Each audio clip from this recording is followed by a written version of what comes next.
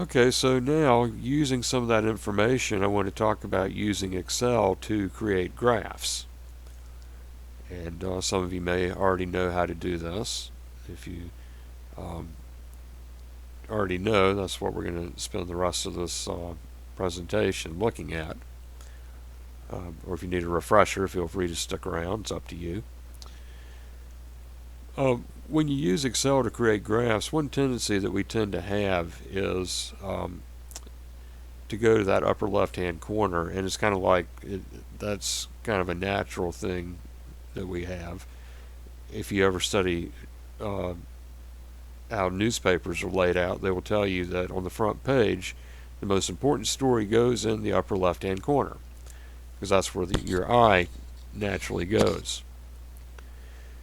Well, we don't have to do that with Excel, and in fact, it's better not to kind of just start anywhere but the upper left-hand corner. Start more out in the center. You just click, and you can start entering your data.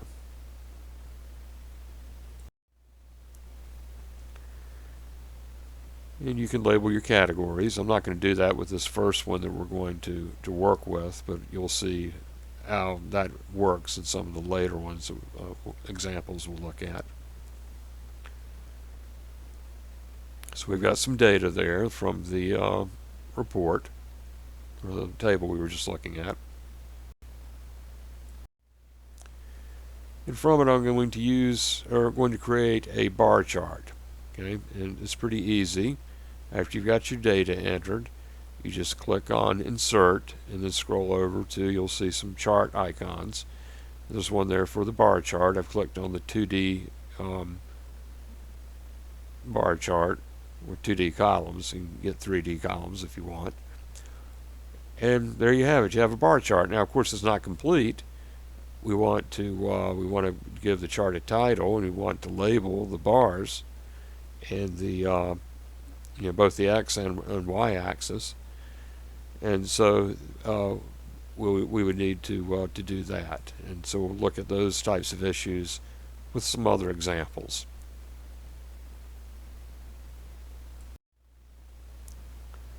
Yeah, basically you got the starter on how to create charts with Excel.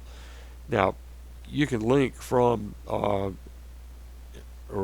Microsoft Word has links in both PowerPoint and in Word into Excel, but actually you'll get better charts if you just go into Excel and work in Excel rather than linking from either PowerPoint or Word.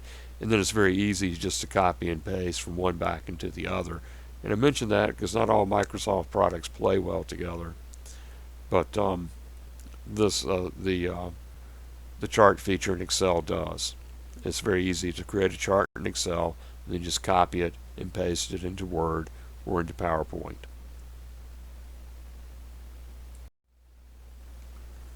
Okay, so let's say we wanted to depict something about heart attacks.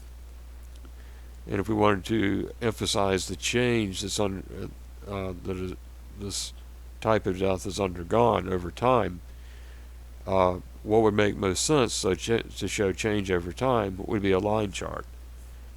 Now, the thing about doing line charts is that you don't get this type of simple line chart from the line chart icon. You get it from the scatter plot, and you do it in the scatter plot option where you can add a line to it. So you can see where I am is I've got that data and I highlight it and then I click on the scatter plot. And the scatter plot can be, that first one right under scatter will just give you dots, on a coordinate system. The one directly below it will put a line in, and so now we've got this simple line chart that shows the rise in or the change in, and we don't know exactly how this changed for every year. We just have three pieces of data. We have 1900, 1960, and 1980. So we can see though that the deaths by heart disease very likely went up. And it would be interesting if we had figures for every 10 years to put that into our chart, but we don't have that. We're working with the data that we have. So we do see that between 1900 and 1960 there was a very sharp increase and then from 1980 or 1960 to 1980, it goes down a little bit. Well, we might wonder why that is. And I think the answer that I have is exercise. It just really wasn't. I mean, people certainly in the prior to 1980, or excuse me, prior to 1960, they exercised. You know, men played golf, and men and women would bowl and do things like that. You know, but it really wasn't as popular for women to exercise as it is now. Um, and it wasn't as important for men to do it either. Uh, People weren't as health conscious in, say, 1950 as they were in 1970. Something else happened in 1970 is people started jogging. That became popular for both men and women. And so that's very probably why we see that drop in deaths from heart disease from 1960 to 1980. But anyway, this bar chart allows us to create a graph pretty easily that shows this change over time.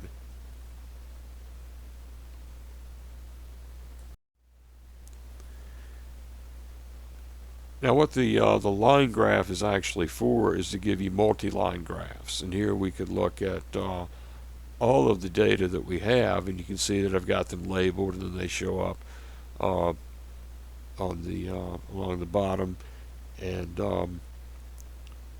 we have so we can still see that bump in heart disease and so forth. This is kind of leading us up towards other being the greatest cause of death. So it really isn't that good of a chart. I don't think it's that useful, but I just thought I would show you what it's actually for. It's for doing multi-lines.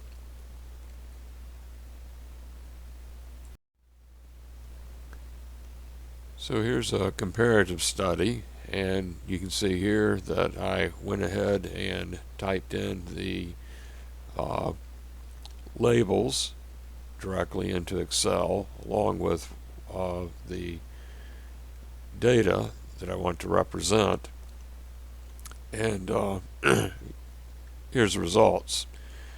And you'll notice here that there is at this cross-shaped icon here, you can check axis title, or excuse me, chart title, and that gets you in up here so that you can change the title, or it'll just say chart title up there. And I've changed it to death in 1980. And then I also did the x-axis and the y-axis. And let's see, I also clicked on the data labels, and what it did is it took from the table the exact numbers and put them over the bar, which can be helpful. Though I think that they're pretty, you can see them pretty clearly here, and so that there's a lot that you can do with these, of course, and there's different things. You can change colors, and you can change from, as I said, from 2D to 3D.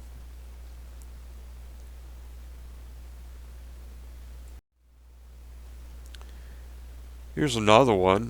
This one I think is interesting and worthwhile. Two pie charts, and this shows pretty clearly that for one, we can see one thing that's notable is that the other is a big category here. In other words, people died of different things, and I know that there's a cemetery in North Carolina where I have relatives buried going back about 200 years, and you walk around that cemetery, and at one point it was popular to put the cause of death on there, and people died back then of things that you just don't hear people dying of these days, like smallpox or typhoid or something like that. So and we can see here as well that how much heart disease also is significant as a cause of death. Has a much bigger slice of the pie in 1980. But pie charts are good for showing how the parts make up a whole, and so that's that can be helpful. There's different ways of doing that too. There's different types of bar charts where you can do that as kind of a band chart, where bands are depicted that would show the same type of data. So there's a lot of possibilities right here at your fingertips.